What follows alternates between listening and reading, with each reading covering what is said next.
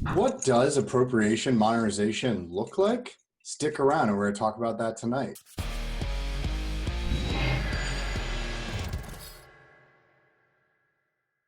But first, good evening, Agile acquisition enthusiasts. Welcome back to the Underground Digital Tiki Bar. It's Friday night, and that means it's time for another episode of Agile Acquisitions and Alcohol. Cheers.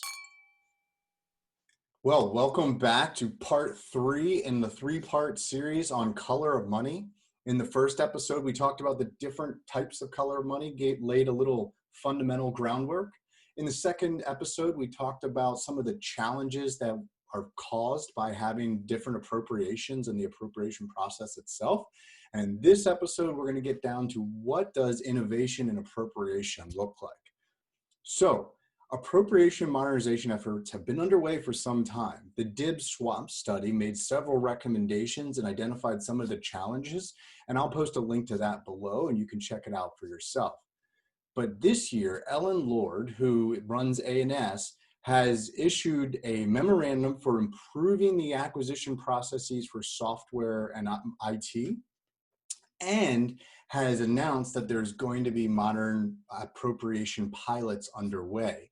And in fact, in the 2021 budget, so this upcoming budget that we are going to be moving into come October 1st, there is actually 8 pilots. They say 9. So far, I've only identified 8 pilots, but there's 8 pilots and a total of almost $700 million worth of budget that has been applied towards these pilot efforts. So does this solve the problem and change the world? Absolutely not. But I'll share an article below and that you can read for yourself and see the different projects that are involved. And there's some pretty important projects. So it's not that they're taking this for granted or applying this to sort of unknown activities. These are legitimate programs of record, and I think they're going to be interesting to some of you out there to take a look.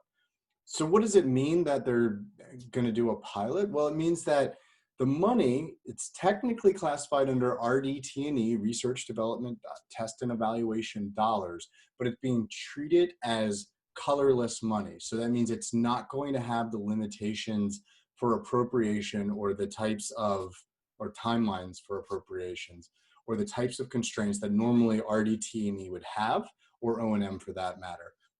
So this money has been identified specifically to be used for software modernization efforts, and the program offices are going to have the ability to apply those to them without having to make determinations of does this qualify as research and development or does this qualify as O&M based on the different thresholds.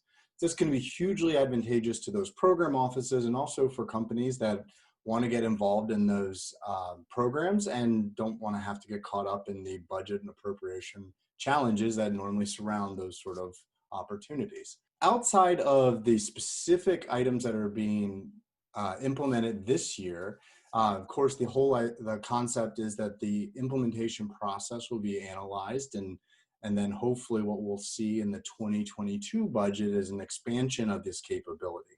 The idea of creating this new color of money or the new way to apply this budget is that when programs are trying to keep up with agile and iterative opportunities or strategies, that they won't have to go through the planning and time constraint processes that are normally aligned with them. So there you have it. Those are the initiatives, about $700 million just within DoD alone that are going to be applied towards a new pilot for color of money. There's going to be other activities coming out across the government over time as they learn from this, and hopefully you found this interesting and helpful, and maybe you can take a look at some of the programs below and see if they align with what you're trying to do. And for the rest of the folks in government who watch these videos, take a look and pay attention to what happens, and you can continue to push this initiative forward. Till next week, cheers.